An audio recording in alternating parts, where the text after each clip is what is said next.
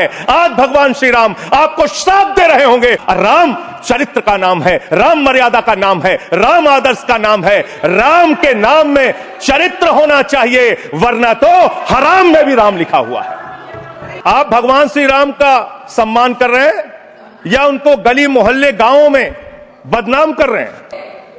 भगवान श्री राम का नाम लेके कितना गुनाह आप अपना छिपाना चाहते हैं? राष्ट्रपिता महात्मा गांधी से आपको क्या समस्या है मान्यवर? अरे वो राष्ट्रपिता महात्मा गांधी इतने महान है, इतने महान है, इतने महान है कि दुनिया के 80 देशों में उनकी प्रतिमा लगी हुई है मान्यवर।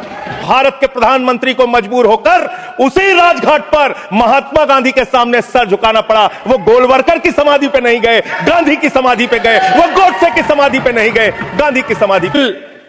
किस मंशा और उद्देश्य के तहत लाया गया है?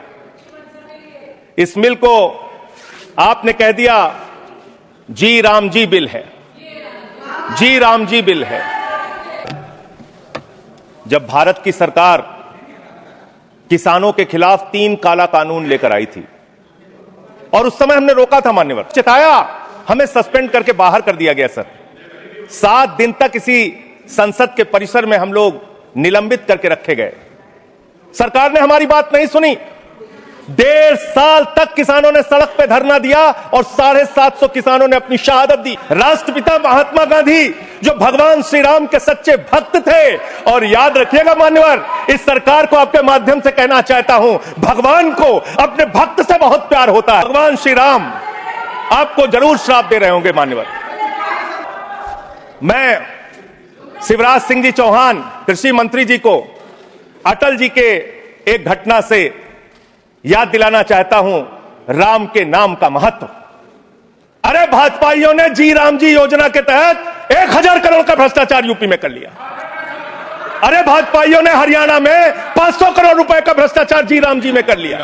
अरे भाजपाइयों ने महाराष्ट्र में जी राम जी के नाम पे करोड़ों का भ्रष्टाचार कर लिया। हाइपोथेटिकल बात कर रहे हैं। भाजपाइयों ने गुजरात में, तो क्या बोलूं सर, क्या आपत्ति है इनको सर? क्या बोलूं, जी राम जी ना बोलूं सर? अब तो गुजरात में सैकड़ों करोड़ का भ्रष्टाचार भाजपाइयों ने जी राम जी के नाम पे कर लिया। पूरे देश में गांव में विधायक, इनके बीजेपी के विधायकों ने जी राम जी योजना में भ्रष्टाचार कर लिया। तो ये आप राम को सम्मान दे रहे हैं कि राम को अपमानित कर रहे हैं? आप राम को अपमानित कर रहे हैं। एक गाना गाना चाहता हूं कि देखो ऐ दीवानो ऐसा काम ना करो, राम का नाम बदनाम ना करो, राम का नाम बदनाम ना करो। इस जी राम जी योजना के नाम पे पूरे देश में आप लोगों का जो भ्रष्टाचार है, हम नहीं चाहते कि वो हमारे आराध्य भगवान श्री राम के साथ जुड़े। आप वो भ्रष्टाचार, वो चोरी, वो सारे कुछ लूटखोरी वो जोड़ना चाहते, कमीशन खोरी राम जी के नाम से, राम जी के नाम से जोड़ना चाहते हैं। लेकिन मैं क्या करूं मान्यवर, मैं तो कह रहा हूं, आप फिर आ गए मान्यवर, हम लोगों को। हाँ तो मान्यवर हम तो कह रहे हैं देखो ए दीवानो ऐसा काम ना करो, राम का नाम बदनाम ना करो। लेकिन हमारे भाजपाई मित्र कह रहे हैं राम राम जपना पराया माल अपना, राम राम जपना पराया माल अपना। इनका ध्यान लूटखोरी और भ्रष्टाचार में लगा हुआ है। इस कानून में क्या लिखा हुआ है मान्यवर?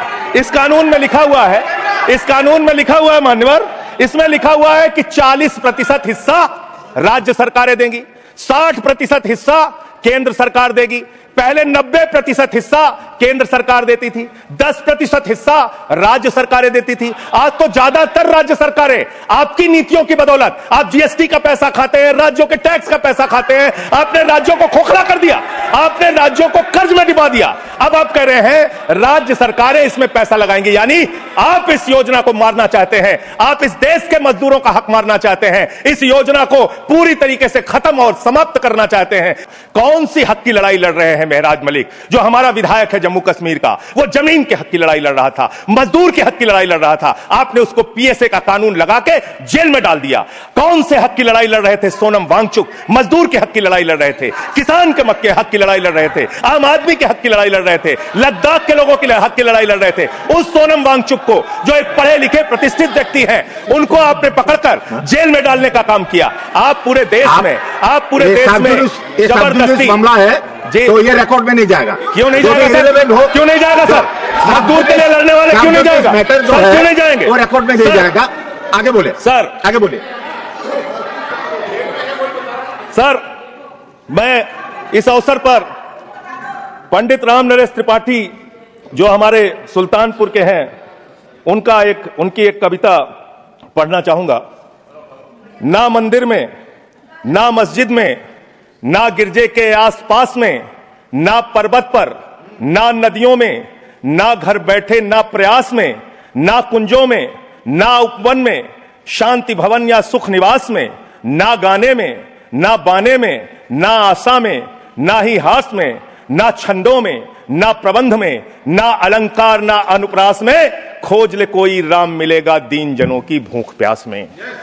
खोज ले कोई राम मिलेगा दीन जनों की भूख प्यास में। आप दीन जनों को भूखा रख के, उनकी मजदूरी छीन के, उनके हाथ का काम छीन के, उनका रोजगार छीन के, आप चाहते हैं उनके पेट पे लात मार के, आप चाहते हैं कि आप सिर्फ इस योजना का नाम बदल देंगे, इस योजना का नाम बदल देंगे तो पूरे देश में आपका महिमा मंडन हो जाएगा। अब आपका ये नकली काम इस देश के अंदर चलने वाला नहीं है। पूरा देश आपकी सच्चाई जान चुका है। मान्यवर, पिछले दिनों मैंने पदयात्रा शुरू की थी अयोध्या से लेकर सरयू से संगम तक। अयोध्या में किसान आए हमारे पास, बहुत सारे किसानों ने आकर कहा किस तरीके से अयोध्या के अंदर किसानों की जमीनों का कब्जा किया जा रहा है प्रशासन के द्वारा, भारतीय जनता पार्टी की सरकार के द्वारा। वहां पर किसानों के ऊपर लाठियां चला के, गोलियां चला के, बुलडोज करके उनकी जमीनें औने पौने दामों में ली जा रही है। मान्यवर, औने पौने दामों में उनकी जमीनें ली जा रही हैं। और वो जमीनें मान्यवर वो जमीनें जो ली जा रही हैं किसानों से, वो जमीनें बड़े बड़े बिल्डर को बेची जा रही हैं, बड़े बड़े बिल्डर को बेची जा रही हैं।